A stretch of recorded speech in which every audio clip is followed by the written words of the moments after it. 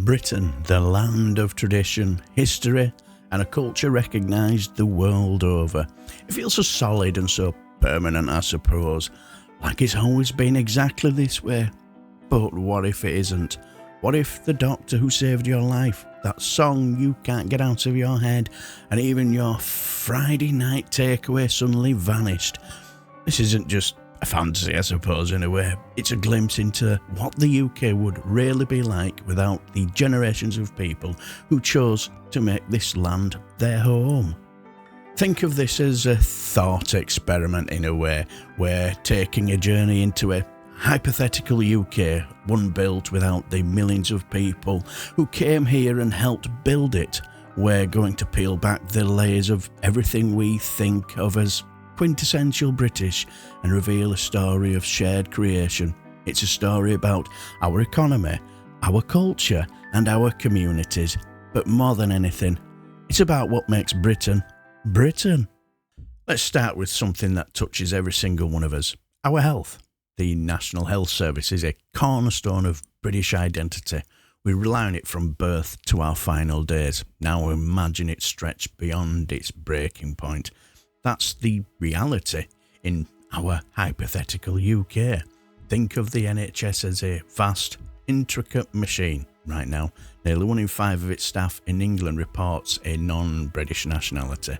That's around 265,000 people. They ain't just extra parts, they are essential cogs and gears. And in London, that number jumps to 30% of all NHS staff. And it's not just a statistic. It's the Filipino nurse holding a patient's hand through a tough night. It's the Indian doctor performing life-saving surgery. It's possibly the Polish porter and the Nigerian cleaner who keep our hospitals running safely. And for doctors specifically, the number is even more stark. More than a third of them are non-UK nationals. Without them, the machine just wouldn't run slower. It breaks down. The NHS, as we know it, would simply collapse. A waiting list wouldn't just be long, it would be catastrophic. Wards would have to close. The expertise, the compassion and the sheer number of people needed to run our health service would vanish. The NHS was built on a promise of care for all, and from its very beginning it has been powered by people from all over the world, and to lose them would be to break the nation's backbone. Now let's look at our daily lives, the things that brings us joy and comfort. What's for dinner tonight? What are you listening to on the way to work? Who are you cheering for on a Saturday afternoon? In a Britain without immigrants, the answers might surprise you. Let's start with our stomachs. What's Britain's national dish? For years, many would say chicken tikka masala. It's a dish with deep South Asian roots that was invented right here in the UK. One popular story traces it back to a Glasgow chef, possibly of Pakistani or Bangladeshi origin, who improvised a creamy tomato sauce for a customer. It's the perfect example of cultural fusion. Even fish and chips were popularised by Jewish immigrants in London's East End. The food we take for granted is a rich tapestry woven from global threads. And what about the soundtrack to our lives? British music is a global force, but its rhythm was built on international influence. Think of Freddie Mercury, born Farouk Balsaro to Persia Indian parents, and think of modern stars like Rita Ora or Dua Lipa, sorry if I butchered it, whose families came from Kosovo. Or consider the massive Mark Caribbean sound systems and the Windrush generation left on everything from ska to grime.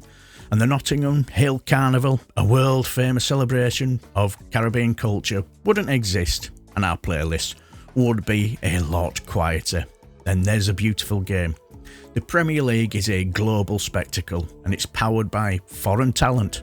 Today, around 60% of all players in the Premier League are foreign nationals. Can you imagine the league without icons like Erling Haaland, Mo Salah, or Kevin De Bruyne? They and hundreds like them have elevated the sport into a truly global British export. Without them, the passion would still be there, but the spectacle would be a shadow of its former self. There is a common narrative that immigrants are a drain on the economy. The facts, however, tell a very different story. In our hypothetical Britain, the economy isn't just smaller, it's less dynamic and less innovative. Let's talk about who starts businesses as well. Think of the economy as a garden. Research shows immigrant entrepreneurs are like expert gardeners who don't just tend the existing plants, they bring new seeds from all over the world, making the entire garden more vibrant and fruitful. People who come to the UK are nearly twice as likely to start a business as their UK-born counterparts. An incredible 39% of the UK 100 fastest growing companies were founded by someone born outside the UK. We're talking about major employers like Monza and Deliveroo, both co-founded by immigrants. Even historic brands like Marks and Spencer and Tesco have immigrant founders. So, what about the idea that immigrants take more than they give? Now, this is a persistent myth, and the reality is much simpler. A migrant on an average wage is like hiring a fully trained expert. You get all the benefits of their skills and experience, but the UK taxpayer didn't have to fund their childhood healthcare or education. Because of this, the Office of Budget Responsibility has found they tend to be net fiscal contributors, putting more into the system in taxes than they take out in public services. Higher net migration generally leads to higher tax receipts and lower government debt. In a UK without immigration, we wouldn't just lose workers, we'd lose creators, innovators and taxpayers. Our economic engine would be missing some of its most vital parts. Now, it's fair to address a common concern, the idea that immigrants take jobs from British workers and drive down wages. The truth is, the economy isn't a fixed pie, where a job for an immigrant automatically means one less job for a Brit. It's more like a bakery. Adding more skilled bakers and new recipes doesn't mean slicing the same loaf into smaller pieces. It means you bake more bread for everyone.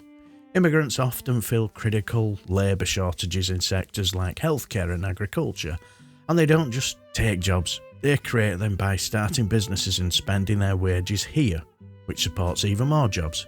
When it comes to wages, extensive research has found that the overall impact of immigration on the wages of UK-born workers is very, very small. Some studies even suggest that by bringing new skills, immigration can increase productivity and in some cases push wages up. The system grows when new people, skills and ideas arrive. So, what would the UK truly lose without immigrants? We'd lose the hands that heal us in our NHS. We'd lose the flavours that fill our plates, the music that defines our culture and the sporting heroes who inspire us. We'd lose the entrepreneurs who build our most dynamic companies and the taxpayers who help fund our society. And the UK would still be here on the map, but it wouldn't be the same nation. The vibrant, complex and brilliant tapestry of modern British life would be unpicked thread by thread. What would be left is something duller, weaker and poorer in every sense of the word. Immigration isn't just something that happened to Britain, it is something that built Britain. It's woven into our DNA. To imagine a UK without immigrants is to imagine a UK that is simply less interesting, less prosperous and less British. The story of multicultural Britain is being written every single day, isn't it? So, what do you appreciate most about the contribution immigrants have made to your community? Share your thoughts and stories in the comments below, and if you found this journey or story thought-provoking, make sure to subscribe and thanks for watching.